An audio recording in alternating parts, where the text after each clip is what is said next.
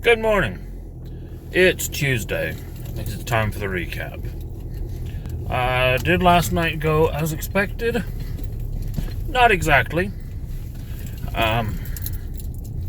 Joanne ended up not feeling well.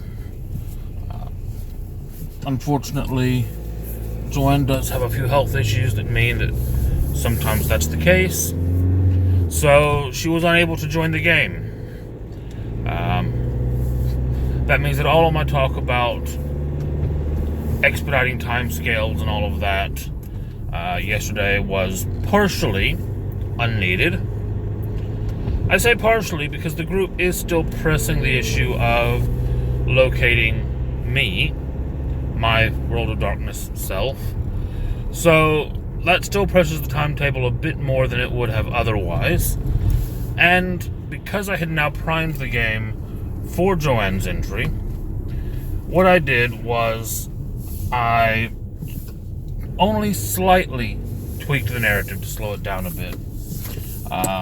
Basically, instead of finding and speaking to her, they saw her, but she figured out something wasn't right and bolted.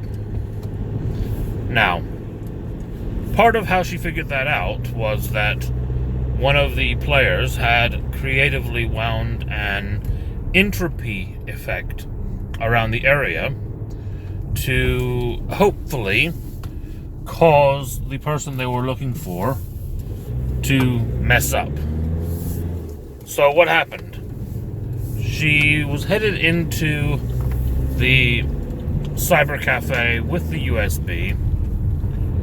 She walked past the van that the stakeout crew was in, tripped, fell, got up, walked over to the cyber cafe, realized it looked really busy compared to what she was happy with, and she left. She didn't realize until after the fact that she had dropped the USB on the ground outside the truck. And when Doc tried to follow her, she managed to evade him. Now, originally, she was going to actually stop and come into the story. Oh, excuse me. Originally, she was going to stop and actually have a discourse with them. But with her not being actually there, I thought this was the better side of things. So they got the information that they were after, but they did not get her. Which, considering their actual orders were to observe and report, is probably a good thing. So that means that the USB from my World of Darkness self came into their possession.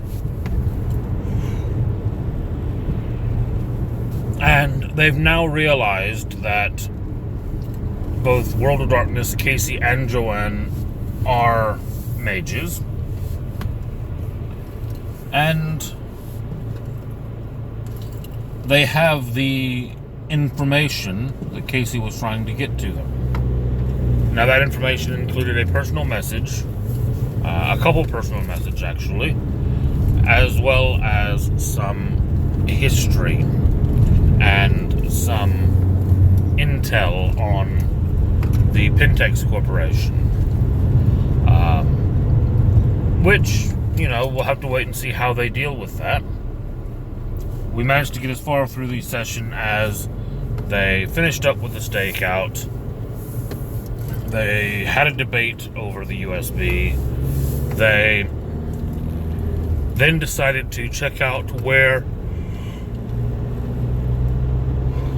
They decided to check out the building where they had seen Casey previously, and then decided to stay there all night and get drunk and report in the morning.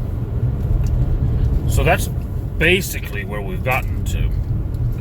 There was a very humorous scene in the episode with the requisitioning of a experimental jetpack while drunk.